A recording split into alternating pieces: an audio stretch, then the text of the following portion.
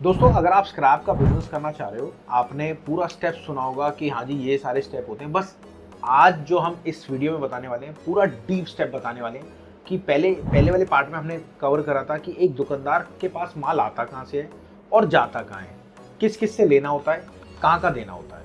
और इसमें हम पूरा प्रोसेस बात करेंगे। होलसेलर, जो एक बड़ा होलसेलर होता है, उसके पास माल आता कहाँ से है, कैसे उसको काम करना होता है और कैसे उसको आगे बढ़ना होता है। और स्क्रैप की जो पहचान होती है, जैसे copper, aluminium, brass, iron, steel, paper, उसकी पहचान करे कैसे।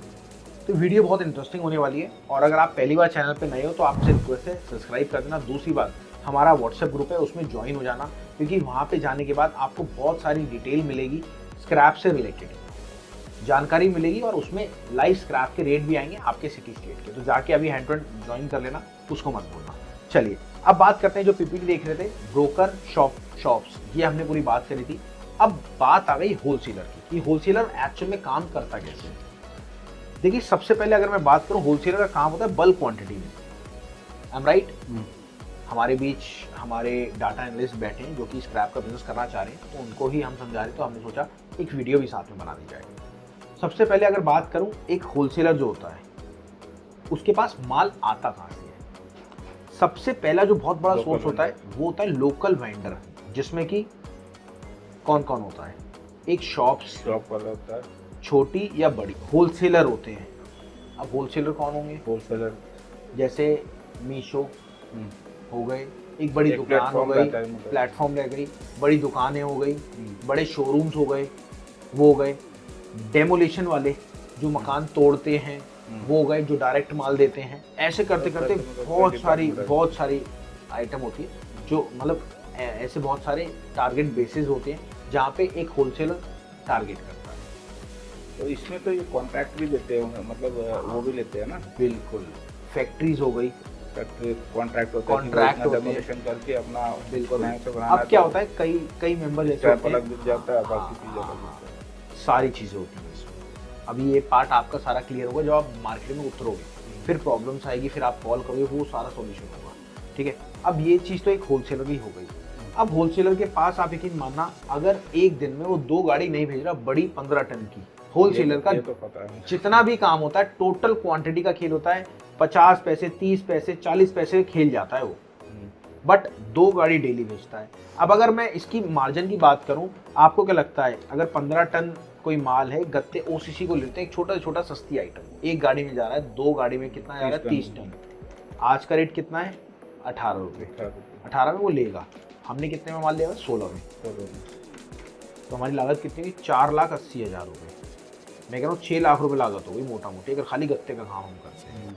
कितना हो गया, 6 लाख रुपये लागत हो गई। अब 6 लाख में से हमने 30 पैसे कमाए सिर्फ, और कितना माल हो गया, 30 टन।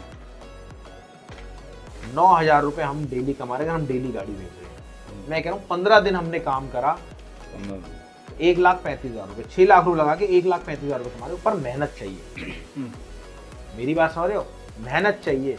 और सर्कुलेशन के ऊपर डिपेंड है टोटल बिजनेस। स्क्रैप का बिजनेस जितनी सर्कुलेशन होगी उतना डिपेंड है, ज़्यादा डिपेंड। अब इसमें सबसे बड़ी बात आती है, कई लोग एडवांस मांगते हैं कि भैया आप एक काम करो, 2 लाख रुपए जमा करा दो, डीडी बनवा दो, जो बड़ी बड़ी कंपनीज हैं डीडी बनवा दो। अच्छा, उसमें से ना कई लोग घबराते हैं, यार मैं बनवा दूं, मेरे को माल मिले ना मिले।